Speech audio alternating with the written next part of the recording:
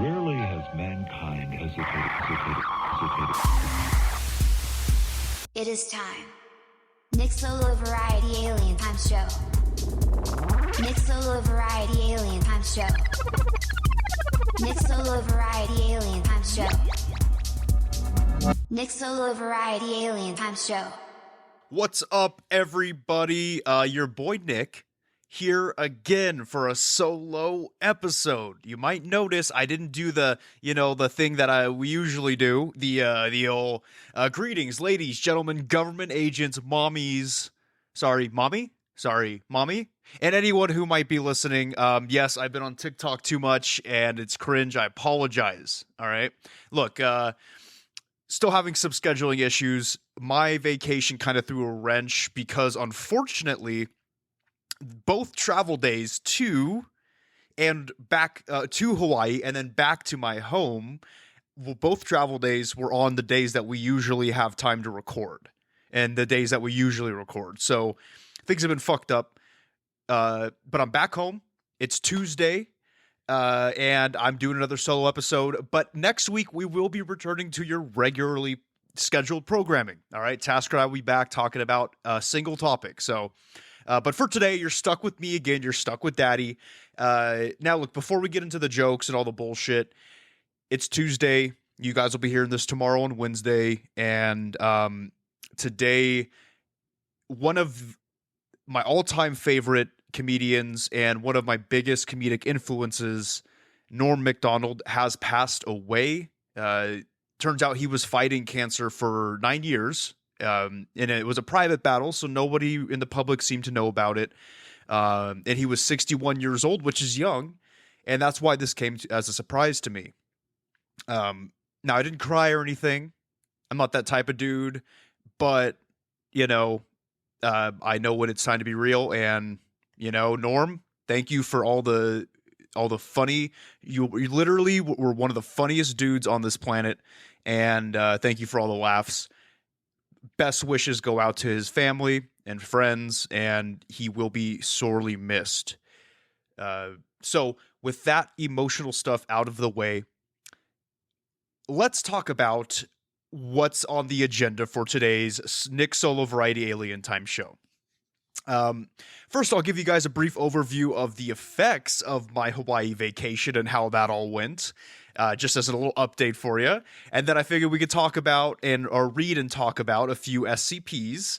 And of course, if you're good, I will finish that fanfic we started on the last episode, because I know all of you are just dying to, dying to hear the conclusion of Dipper Goes to Taco Bell. So, without further delay, grab an alcoholic beverage, unless you're a big pussy, then maybe a soda or something. Listen to my sultry voice for about an hour, and then afterwards, I want you to put on some Norm Macdonald clips from YouTube, because we're diving right in. So first things first, I figured I'd just give you guys a brief rundown of my vacation and the effects afterwards. Now, okay, first thing, it was a lot of fun, okay? I got to see extended family, got to do a bunch of fun shit. Most of the time it was the beach, right? Trying to get some color. Other times, we did more touristy stuff, like we did go wine tasting. Yeah, I guess that's it. We went wine tasting in upcountry, so that was fun. It was a long 2 weeks of just debauchery. I was drunk all the time. I went through in the first week, I went through a handle of scotch, and then went through half a handle of vodka the second week. I tried cutting it back a little bit the second week because despite my intention to fast for as long as possible every day, you have to remember I was still eating local food, right? Which is, let's be real. If you guys know Hawaiian food, it's mostly carbs with like fatty meats, and fatty meats aren't a problem, right? I've lived on the carnivore diet for a long time, and actually I was fucking shredded. The problem is when you eat fatty meats with carbs. Anyway, the point is, between the food, the local food, and the excessive amounts of alcohol that I was drinking, I was getting bloated. You guys probably saw it in the TikTok. I looked like the fucking I look like the Michelin Man, you know what I mean? So time to get back on it, back on track diet wise, gym wise. But all in all, it was a fun trip. Now, believe it or not, guys, I don't tan well. Okay, now I was cursed with my paternal side of the family's pigmentation, which is a hue somewhere between like translucent and pink, depending on my mood, I suppose. And so I'm very white. I'm very easily burnt. However, I was real fucking careful.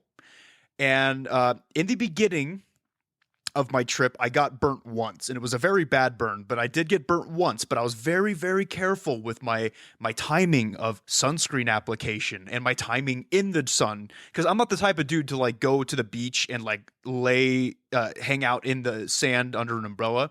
I hate sitting out when it's hot and I'm covered in sunscreen. It's the fucking grossest thing in the world to me, except for furries. So I'm usually in the water for like 3-4 hours at a time. But I was careful this time, and I went in, I reapplied sunscreen. Now check this, bro. I am probably the darkest that I have ever been. I actually got some fucking color on this trip. Now, I'm not dark enough to get a pass, if you know what I mean, but darker than my normal off Casper white, I'll call it. So that's awesome. You know, I'm rocking this tan right now. However, I'm going back into my usual lifestyle, which is basically spending 85% of my day in a basement, right? So I don't expect the tan to last long, but it's cool while it's here. I look like a Greek god, but like chubbier. Now, the only real lasting effect of the trip is, of course, the jet lag, right? Jet lag's a pain in the ass. Now, it's not much of a time difference. It's not an extreme time difference, but from where I live, Hawaii is 4 hours behind. So, like, let's say right now it's 4 p.m. and it would be 12 p.m. in Hawaii, which means getting to sleep has been a big fucking problem for me, because when it's midnight here, it's like 8 in Hawaii, and I was there long enough to adjust. So I've been staying up super late. My body's all out of whack, but it'll get back on track soon, and I'm sure whatever, who gives a shit? You guys are probably like, who gives a shit? Let's get on to today's menu. What's on the menu for today? So, okay, that's my update on the Hawaii trip. If you guys want to see, and I'm plugging ahead of time, if you guys want to see a little bit of the trip, I didn't do much on there, but some of the trip, I guess, it's on, we did make a TikTok for the podcast.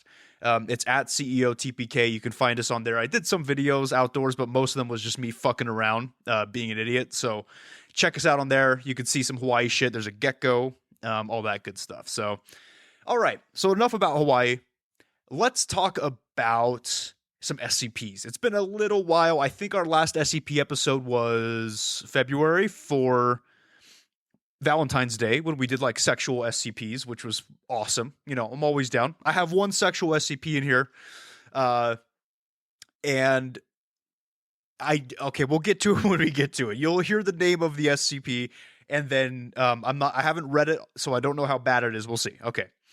So the first one is SCP-011, also known as Sentient Civil War Statue. Description: SCP-011 is a Civil War memorial statue located in Woodstock, Vermont. The statue is the image of a young male soldier holding a musket at his side and is carved out of granite quarried within the area. Occasionally, SCP-011 has been observed lifting its musket to the sky to fire at birds which attempt to land or defecate on it. Reports detail that its movements produce soft grinding sounds, but do not cause it any structural failure. What do they mean by that? So that means, grinding sounds, but I guess it doesn't break. So it's like bendy, right? Like when its arms go up and raise the musket, it's bending and not breaking. So interesting. Because you would think granite would break if it bent like that. I don't know.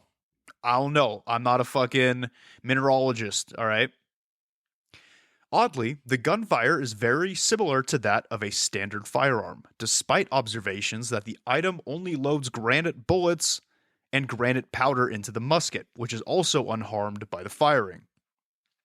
In spite of its efforts, some fecal matter does manage to strike SCP-011, and it has reportedly become distressed when it has had a large amount of feces on it on some rare occasions, even firing at humans. Damn! Look, if this SCP has problems with feces, I should find this guy. I should find this statue and read him Dipper Goes to Taco Bell. I'm sure he'd love it. Addendum. Those assigned to maintain SCP-011 are to see document 011-1 for instructions. Okay, now before we get into the instructions, I think we should go into the containment procedures, because I'm sure those pertain to this. Oh, and what am I doing, guys? It's been a while. I forgot to tell you, the object class is safe, okay? And I completely forgot to give you guys a rundown of the entirety of this, but I mean, this is our 5th time talking about SCPs. Long story short, safe basically means that there's not a lot of containment procedures. So that's what this is. This is safe. So, special containment procedures. Item SCP-011 and the area surrounding it are to be cleaned once every day. For safety purposes, cleaning should start at least 30 minutes after sundown. Why? Cleaning should always be performed by at least 2. Oh, and then they put a number 2 in parentheses. Oh, thank you. That really clears things up. My grasp of basic English was too much or not enough, and I need you guys to put that in there for me. Thank you. Personnel, who are also advised to note anything unusual about the item or the debris cleaned up.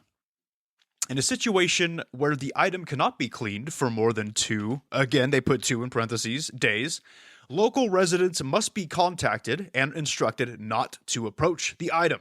So basically what this is telling me, this containment procedure, is that just make sure there's no shit, all right? This guy doesn't like shit. So if there's shit, fecal matter, whatever you kids want to call it, chocolate sauce, I don't know.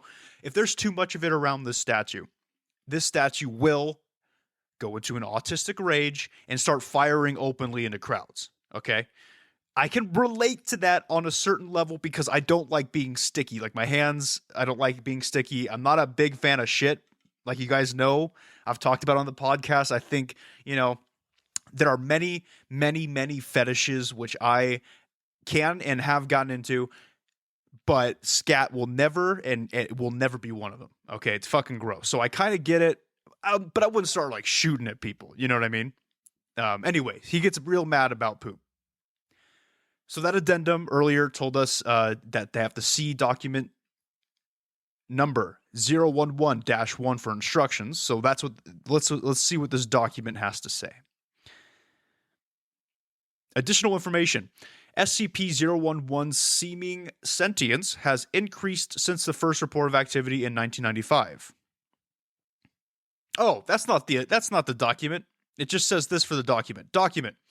Archived 2004. Accessible to personnel with security clearance 2/011 or higher. So I guess I don't have that clearance, which means I don't get to see what that additional document is. That is some classist bullshit, if you ask me.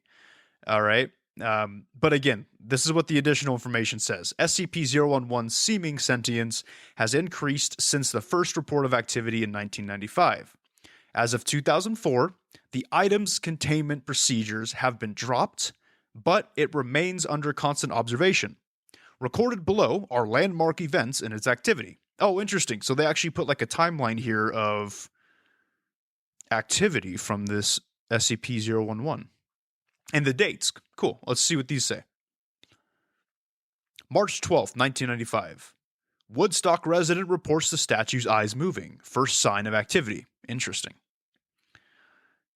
September 30th, 1995. Statue shoots musket for the first time. October 9th, 1995. Statue begins shooting birds from the sky.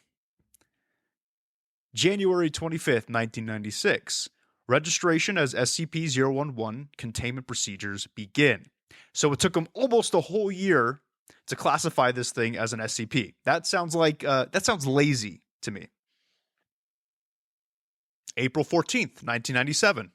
So like over a year later from the last one, SCP-011 observed moving casually and looking around. What is he, just like whistling with his hands in his pocket? What do you mean by casually? May 3rd, 2000. Wow, that's a big gap. That's like 3 years right there. Okay, so 3-year gap, May 3rd, 2000. After caretaker, redacted, jokingly shouts, "Good shot," to SCP-011. The item replies, "Thank you," in a reportedly very human voice. First speech from statue. Damn, so not only does this thing move and get really mad at poop and shoot birds, but it can talk now. October 22nd, 2001. SCP-011 has conversation with caretaker, redacted. So now he's just carrying on conversations. Look at this guy, learning. Unspecified date, 2001. Shooting of birds stops. February 6, 2002. At the imploring of redacted, SCP-011 steps down from its pedestal. Holy shit, so he could just walk around. Why is he hanging out on the pedestal? I wonder if it's like a power source for him or something. Unspecified dates from 2003 to 2004. SCP-011 reaches a human level of self-awareness. Oh, yes, welcome to it, buddy. Yeah, it's great, isn't it? November 10th, 2004. Containment procedures dropped. Custody of SCP-011 transferred to redacted. Oh, so now that he's all sentient and walking around, they decided they don't need to contain him. That's pretty ballsy. May 17th, 2005. Redacted reports that SCP-11 is romantically attracted to her. Oh, God. Talking about giving her the... I got nothing. I was going to try and come up with a different name for a wiener that was mineral-based, because he's made of granite, right? Oh, got it. Talk about giving her a slab. You know what I mean? Anyway. August 29th, 2006, and this is the last one. Most recent psych test reports an IQ of 133. That's pretty high, I think. Pretty sure that's high. Psych test reports an IQ of 133. Good for the statue. So I hope that makes all of you out there feel better. Look, you may have struggles with intelligence, right? But you know what? But if it makes you feel any better, which it shouldn't, there is a statue made of granite who's beating all of us in that department. So, almost like pretty much genius level. What's a genius level IQ? Let me look it up real quick. Okay, one source I found it says that 133 is considered quote unquote moderately gifted. Moderately gifted. So slightly above average, I think, is gifted. Don't know. Not sure. But so we're all getting beaten by a statue. Awesome.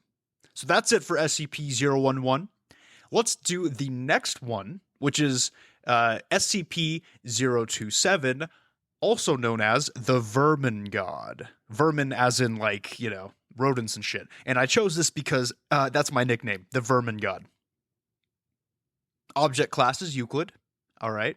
So that basically means that there are some stricter containment procedures when it comes to the containment of this SCP. Okay. But not as, it's a little stricter than safe, not as strict as, I believe it's Keter is the other one. I don't know. Description.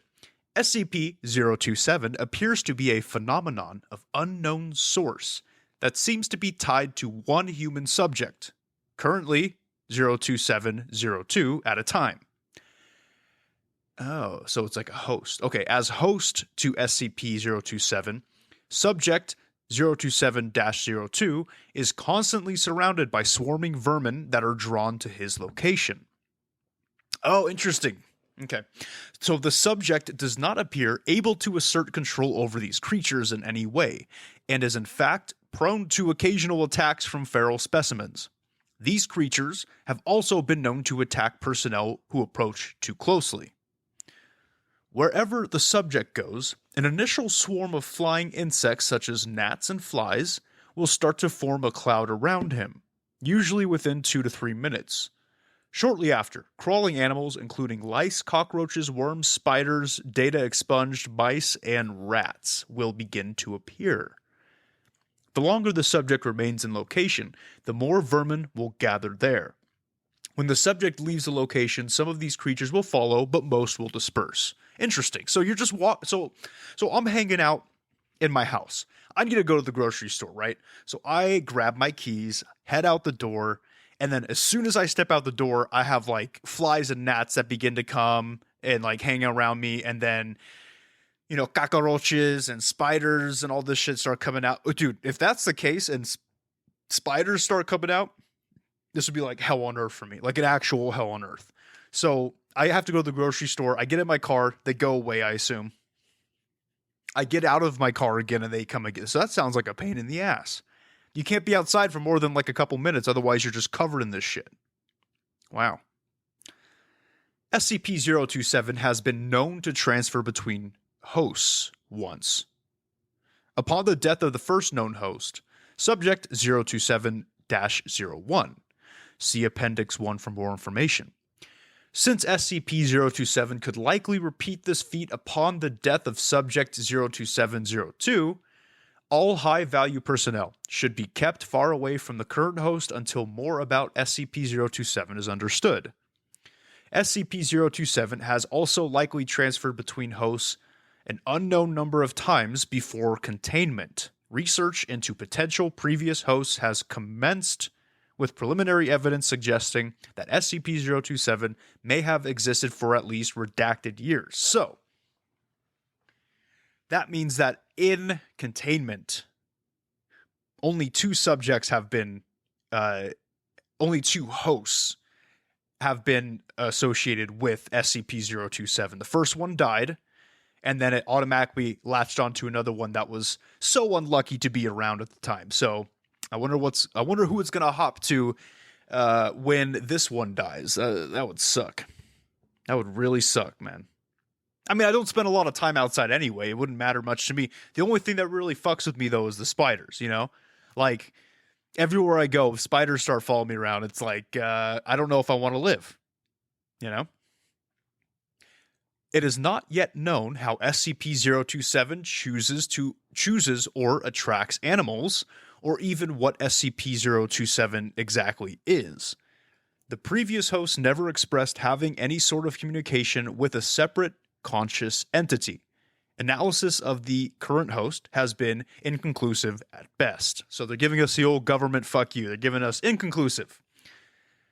Appendix 1. Timeline of significant events. They've redacted most of the dates, so I'm just going to say this took place sometime in the 1990s. They didn't give me the exact year. Subject 027-01 is discovered in an abandoned warehouse outside Redacted that had been completely overrun by rats, cockroaches, and other vermin, and is contained and cataloged as SCP-027. The subject is described as a Caucasian male in his late 30s of average height, but gaunt, filthy, and covered in bites and scratches. The subject also shows symptoms of degraded mental health, evidence of heavy use of alcohol and illicit drugs, and signs of prolonged sleep deprivation. I am not surprised whatsoever. If I had this SCP attached to me, you'd find me in probably a worse condition, because try living with that. You know what I mean? Okay, next date is October or sometime in the 2000s. They redacted some of it.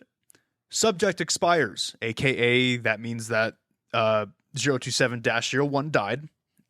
Autopsy shows more than 70% of the subject's body, data expunged, a colony of rats nesting in the subject's abdomen for at least redacted generations. So so what I'm gathering from that is, even before this dude's death, a colony of rats were hanging out in his stomach somewhere for multiple generations of rats. It's got a tickle. It reminds me of South Park a little bit with Lemmy-Winks. Again, in October, sometime in the 2000s, between 140 and 150 hours after the subject's death, security officer Redacted reports being awoken by breathing problems due to a large housefly having crawled up his nose, later shown to have laid eggs. Ugh. You know, I once watched. I helped my aunt move into a new house, right? And I saw a really fat fly on the ground. I thought it was dying, but it was like bloated, right? I watched it give birth to maggots. It was the grossest, but most erotic thing I think I've ever seen. Anyway, subsequent observations led to categorization of Officer Redacted as Subject 027-02. The original host is reclassified as Subject 027-01, and SCP-027 is redefined. So now he has moved on to his second host. Appendix 2, Transcript of Interview 027-201. What? The following interview was conducted on sometime in October of one of the 2000s, shortly after Subject 027-02 was identified and transferred to the containment cell that had housed Subject 027-01. Dr. Jameson, good morning, Officer Redacted. How are you feeling? Officer, scared, confused. Mostly scared, though. Doctor, understandable. Officer, and itchy. I feel like I need to shower all the damn time.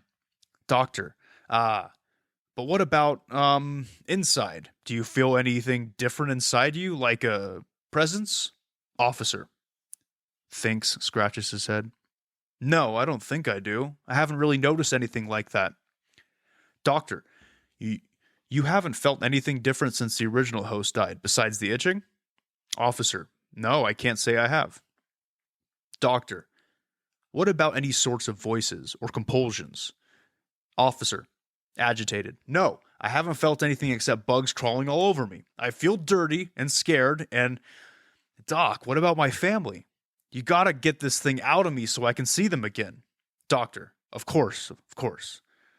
We're going to do everything we can to get 027 out of you. God, I'm sorry. Redacted. Oh, man. That poor bastard.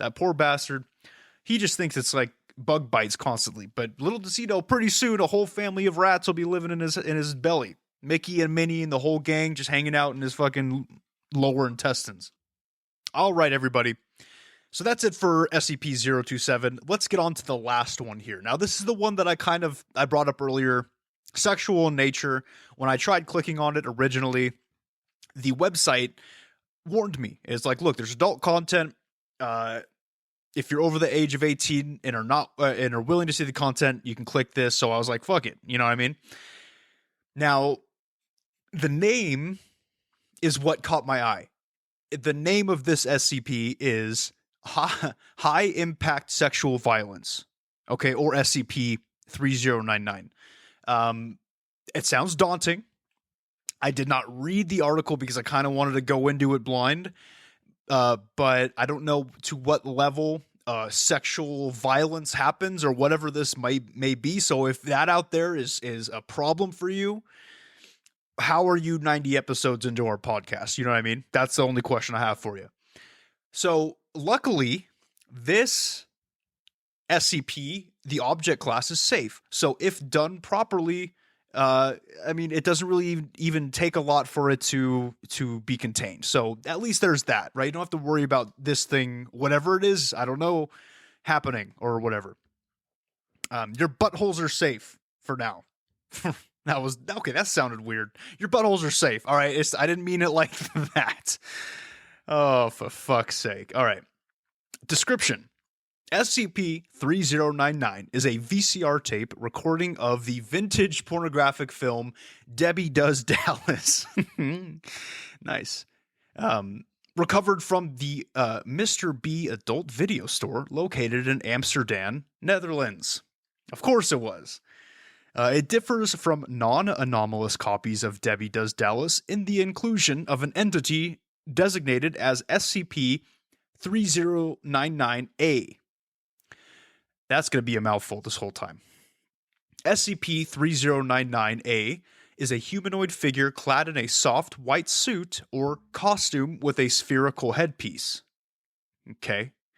SCP-3099-A will appear on screen midway through the first scene where sexual intercourse takes place, and they give you a timestamp too in case you're curious, identified as after the 9-minute 50-second mark at the beginning of the group sex scene in the shower, crawling out of the ventilation grate on the right of the set. Creepy. So a bunch of people are having an orgy and this thing starts coming out of the vents. The actors and actresses within the film do not appear to notice SCP-3099-A's intrusion and will carry on their activities undisturbed.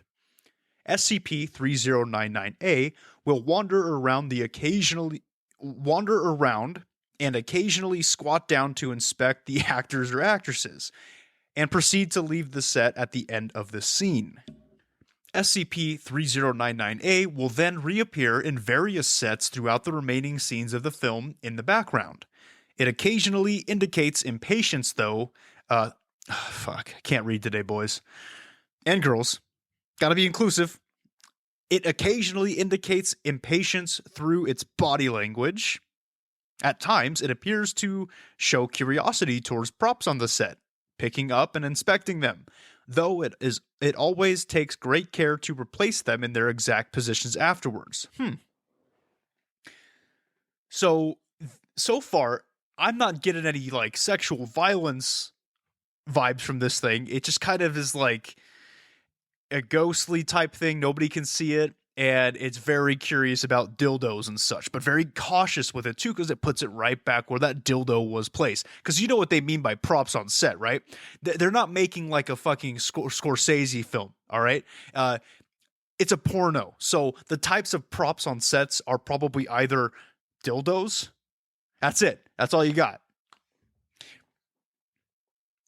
During the final sex scene of the tape, identified, again, they give you a timestamp, identified as a point after the 1 hour, 5 minute, 54 second mark in the film, as the actors start undressing in the bookstore, SCP-3099-A will seat itself opposite the persons participating in intercourse. It will then proceed to rub its hands on its face in a circular motion. Oh, okay. After 22 complete rotations of its hands, its body will convulse, then remain limp throughout the remainder of the film. Is that like its way of jerking it? That's awesome.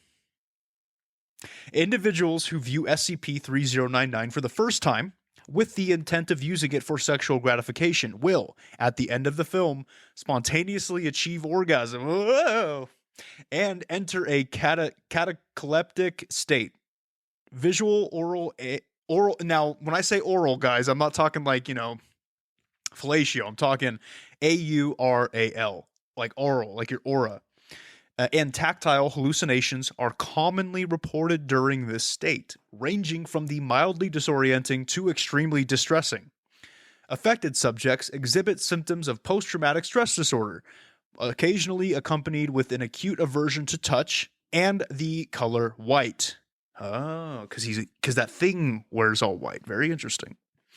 While other effects have been theorized to occur, see subject files, they have not been observed under controlled test conditions. So it seems like whoever watches this just gets wrecked, right? They just get wrecked sexually. Now I see what they mean by this. So it's not necessarily something happened. Well, let's keep reading. I'm not sure yet.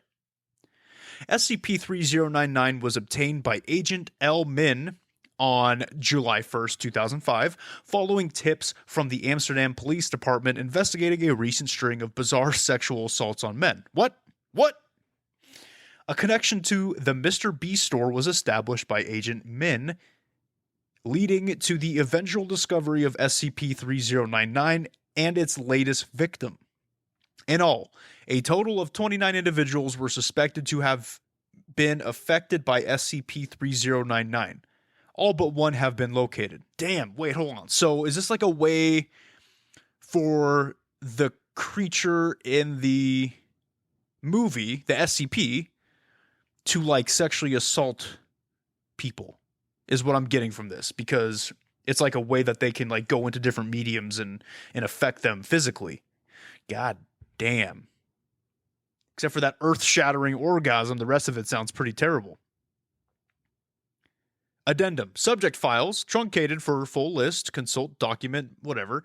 Here are some of the subject files of people seeming, I think, to be exposed to SCP-3099. Basically having that crazy O and then the effects afterward. Subject profile. Jean-Pierre Rutgers. Oh, there's going to be a lot of European names here. Okay. Age 27, freelance software programmer, single. Date of exposure, June 11th, 2005. Comments. Subject was reluctant to engage in conversation and shied from physical contact. Signs of recent light bruising on left elbow, both knees and inner thighs. Ugh. Subject reported finding themselves in a room with bright lights approximately halfway through viewing the film, but could not recall much else until the discovery by paramedics on the floor of the video arcade 7 hours later. Subject was coerced into registering for post-trauma psychological counseling and is currently undergoing observation under a local foundation affiliated medical health clinic. So he got real fucked up. God damn. Oh, look at these names. Okay, subject profile, Mathajan. I swear to God, it's spelled Mathijin. Last name, Zwierson. Age 47, unemployed, married with no children. Date of exposure, June 16th, 2005. Subject behave agitatedly when approached by Foundation personnel. While initially reticent, I don't know. He revealed upon further questioning that Agent Min's white-collar jacket was making him feel highly uncomfortable. Subject relaxed and became more talkative when the jacket was removed. He reported that he had fallen asleep in the video booth at around 4 p.m., but could not remember anything after that. Agent Min noticed traces of white powder around subject's lips and fingertips. Oh, buddy. Subject could not explain origin of white powder. White powder was collected, examined, and identified as polycarbonate dust. Interviewing personnel were unable to voluntarily register the subject for Foundation observation. Field agents are recommended to conduct routine covert observation. All right, let's do one more of these. Subject profile, Gregor Saxer, age 44, bartender, single. Date of exposure, June 30th, 2005. Comments. Subject was found unconscious on the floor of the B1 adult video arcade by local authorities. Subject exhibited similar injuries to other exposed subjects, as well as extensive sweating and elevated body temperature. Upon triage, a 10-centimeter wide sphere was found embedded in the subject's lower abdomen. Subject was immediately transported to Site 78 for medical treatment and observation. So, I don't know. I feel like it's referring to that white sphere in his abdomen as some kind of cummy. You know what I mean? Some cummies. Gross. All right. Okay, look. No, we have to get past it because what's happening after this is nothing but cum. So we have to just stick with it. All right. And then for that same subject, it says refer to incident report number 3099-20050630-02. So here is the incident report. 2 hours following recovery, subject Gregor Saxer began to undergo a series of abdominal muscle spasms. The procedure to remove the sphere lodged in his abdomen was put on hold.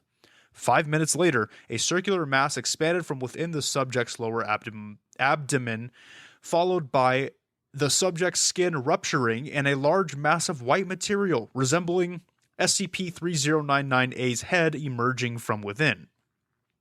Thick white tubes of the same white material then emerged from the wound, extending to form the remainder of a humanoid body. This caused severe damage to the subject, separating his torso from his abdomen. God damn. The subject expired shortly after this event. So I think I was right. I think that was cummies of some sort, and I think Gregor was the unlucky mother. You know what I mean? Upon seeing the remains of the subject, the entity appeared to be highly distressed, kneeling down and rubbing the subject's separated body parts against its face. That's my natural reaction to. It then proceeded to grow a tube of white material from the middle of its chest and thrust it into the subject's severed torso repeatedly. Okay, that's the yikes. At this point, Dr. M. Manuel drew his concealed pistol and fired 6 rounds into the entity's head. Upon being wounded, the entity ceased all movement and fell limp. Personnel present report hearing a sound similar to a mix between human sobbing and a deflating balloon. Following standard protocol, an autopsy of the entity was conducted. It was found that the body lacked musculature or skeletal structure, being composed entirely of silicone. Its interior consisted of a series of spongy sacs, like my balls, filled with a mixture of seminal fluid. I knew it! Lacrimal fluid and polycarbonate dust. It is believed that the entity was able to move by expanding and contracting the fluid-filled sacs in its body in a manner similar to spiders. That's the worst thing I've heard so far on this one. Why? This had nothing to do with spiders until this fucker brought it up. Contrary to expectations, SCP-3099-A continues to appear in subsequent playbacks of the movie. Aside from 6 small adhesive bandages on its head and a slight sluggishness to its movements, its appearance and behavior remain unchanged. Its means and motives of physical manifestation remain unknown. That's a trip, dude. So it was shot in the head multiple times, and upon reviewing the movie, it appears in its own timeline, in our timeline, in the movie, though, repeatedly, because it has the bandages on its head. That's a trip. But it impregnated that dude, and then also fucked holes into that dude when the dude was dead. So that's gonna be a no from me. That's gonna be a yikes from me. Okay, don't do that. That's gross. That's gross and unnecessary and kind of mean. Okay, everybody. So we finished the SCPs. I had a lot of fun with those ones. The second one the last one that we just covered, SCP-3099, it's a good transition into the rest of this episode, because for the rest of this episode, assuming you all have been good boys and girls, I'm going to finish Dipper Goes to Taco Bell, the fanfic that you, I'm sure, all loved so much last week. Let's see the gripping conclusion of Dipper Goes to Taco Bell. No matter how many times he tried to reattach it, they all failed. He put more of his reproductive fluids on the castration, but they only made the penis swell up like the Goodyear blimp. Dipper was licking the blood off. Dipper was licking the blood off to try and stop it, but the blood was coming back faster than he could lick. He was now in ultimate pain and felt nothing like this. He screamed as loud as he could and felt like no one could hear him. He was screaming louder and louder, saying, "Help! I bit my dick off!" He was going insane. He started to bang against the stall, screaming, "Help!" as loud as he could yell. After a full 5 minutes, with a large mix of blood, cum, and feces on the floor, he was banging his head against the stall. The banging was louder than the loudest thunderstorm, and yet no one came for help. Dipper was alone in the bathroom, alone in the stall, alone with his beloved dick, and now to near death, and unfortunately, he was near death. After one final blow to the head, the now screaming Dipper was now as silent as Christmas Eve. What the fuck? The person who wrote this has like the weirdest similes. He fell to the floor, eyes turned skyward, and fell in a mix of his own blood, cum, and feces.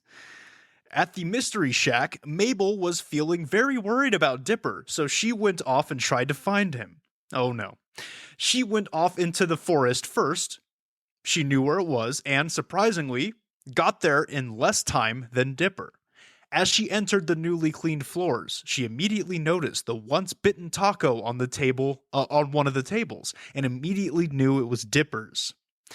Mabel rushed into the men's bathroom. She liked to use the urinals, and rushed into a random stall. It was her brother's. Oh no, I don't know I don't know if I want to see where this goes, man. Mabel looked at how messy the stall was and how it used to do the deed. Her pink sneakers were sticky from stepping into the reddish-brown mess of fluids. Okay, good. Oh my god. She walked around the messy stall for a bit, but then saw the most horrid sight she could imagine. Dipper's corpse. Oh, damn, Dipper's straight up dead, huh? Mabel was welled up in tears at the sight of it and began to cry. As she was crying, she sat down in a pile of the blood, feces, and cum and looked at Dipper's lifeless face. It was beautiful, as his smooth facial features complemented the circle of cum around his lips. Oh, Dipper, Mabel said through her tears. Let me clean that white stuff off of your lips. No. Mabel brought Dipper's head up to hers, and she kissed him. What? After pulling out... Okay, I like how my first real, exclamation was incest and not the rest of the fucking thing that we've heard. After pulling out the kiss, Mabel enjoyed it, so she kissed him again. Okay. She didn't want to let go of Dipper, not now. Not when he had just died. He was her brother, after all. She held Dipper's naked corpse in her arms, and she felt a tingling feeling in herself. A secret dirty side. Oh, for fuck's sake, here we go. No one would care if we did it, right? He is dead, and now I would know... Wait, what? Who wrote this? No one would care if we did it, right? He is dead, and no one would know. Okay, no one would know in this restroom stall, Mabel thought. She immediately came up with the answer. She pulled Dipper's head up to her head and kissed him again, only it was a French kiss. Wow. Once Mabel was done, she put the body on the floor, then Mabel got down on the fluid-covered floor too. Mabel started to go on a kiss-crazy frenzy with Dipper that made it look like Dipper was alive. Tongue went into Dipper's deceased mouth, scraping the feces and cum off of the roof of Dipper's mouth. I don't like this. Mabel was shaking even more now that her tongue was touching Dipper's. She unzipped her jeans, slowly slid them off, and then threw them at the wall. They stuck there from the cum. Mabel revealed her nice, clean, exposed virgin vagina. Oh, good lord. She took Dipper's corpse, not noticing the eternally bleeding penis, and brung it closer to the cervix. What? Oh, man. She rubbed her clitoris for arousal purposes before she stuck it in, and once the dick was firmly in, she finally felt joy in her life. Okay, she loved the feeling of losing it to her dead brother's body and started to get the oddest feeling. She lost it. She finally lost it. She squealed in happiness and started to French kiss Dipper harder. Her tongue almost touched Dipper's uvula. Oh no. She kept holding on to his lacerated dick in her vagina and sloshing her tongue all around Dipper's mouth. She kept pulling in and out with Dipper's stick. Blood was getting on her urethra walls, not noticing one bit. She did not want to leave the body, not now. She would kill herself if it could mean they'd be in coitus forever. If only Dipper could kiss her back. After what seemed like hours, it wouldn't fit in. Mabel finally looked down looked down at the now pretty messed up penis. Mabel couldn't look away. It was now swollen to the size of her head, a whole mix of rainbow colors and still spewing lifeless cum. Mabel vomited on it, which only made it worse. It grew bigger and bigger. What the fuck? Oh, Dipper, she said softly. Then Mabel started to scream. She was horrified at the sight of it and started to barf again. She tried to put a giant mix of blood, cum, vomit, and feces on the dick, but it didn't work. She tries to suck it all off, but found herself enjoying the sucking and the taste of Dipper's penis blood. Good God. She kept on sucking on it, tasting the blood and touching and fondling Dipper's dead erectile muscle. She was ecstatic. She was more happy than she had ever been, more happy than she was before. As she was squealing with delight, the stall door started to crack open. Mabel took notice of this. Huh? She asked. The door started to open more. All right, look, guys, this is a long fanfic. All right, and as you can tell from compared to the portion we read last week and this portion, it just gets worse. Okay, and it's fucking gross. The whole thing's gross. There's too many fluids involved now. And I need a break. You guys need a break. I'm sure the people, your whole family that you listen to our podcast with needs a break. So let's pause there. And in the future, I will eventually finish this. I did not realize the scope of this fanfic before I promised to finish it today. Or I don't know if I promised, so I'm not breaking any promises here. But it's long, it's gross, and somebody, either a really good troll or somebody with major issues wrote this. But either way, it's not a masterpiece, and there's a lot of spelling errors. But that being said, I hope you enjoyed at least that portion of it. It was almost 10 minutes of just pure grossness that we went over. And yeah, it was not fun to read, but I'm sure it was fun to listen to.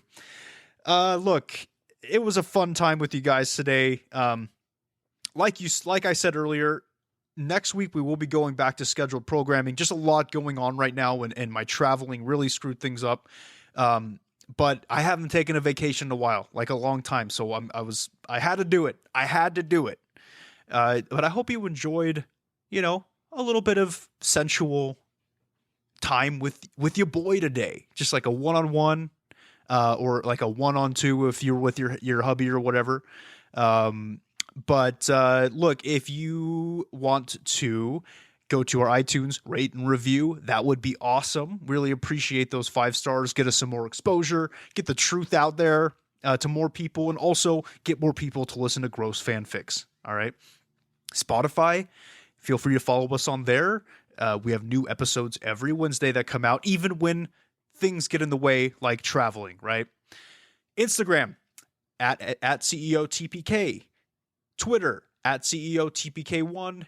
TikTok, at CEOTPK. Feel free to follow us on there, on any of those social media sites. Usually on Instagram and Twitter, it's just us giving episode updates, letting you know that new ones are out with little sound bites. TikTok is where we're probably going to do more of our whatever content. I mean, you guys can join us there, see, put a face to our names.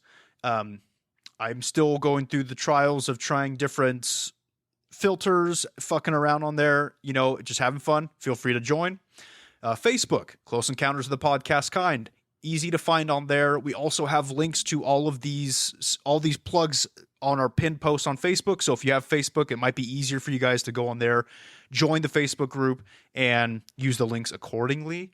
Discord. Our Discord is discord.gg/b 6 capital C capital T 5 capital M capital X. On there, probably the easiest way to stay in contact with us. We're on there often, chatted away, posting memes. You can also post topic ideas, things that you guys want to hear about on there, and we are always looking for new topics. We're compiling topics people give us for future episodes, so feel free to contribute. And lastly, if you feel the need to donate, give us a couple bucks for the podcast, you can go to our Ko-fi. That would be ko-fi.com/CEOTPK. Only if you guys feel the need to. I know times are tough right now, and we really do appreciate you just listening to the show. It's something that means a lot to us. The show has been growing. Our fan base has been growing. And even if you're new to the show, we still notice you. We see you guys, and we appreciate it. And we appreciate that you appreciate our humor, because it's not for everybody. Not everybody would read Dipper Goes to Taco Bell on a publicly available podcast that my mom listens to. But I do it because I don't know why. And Tasker does it, but he doesn't say all the weird shit that I said. Okay, so whatever.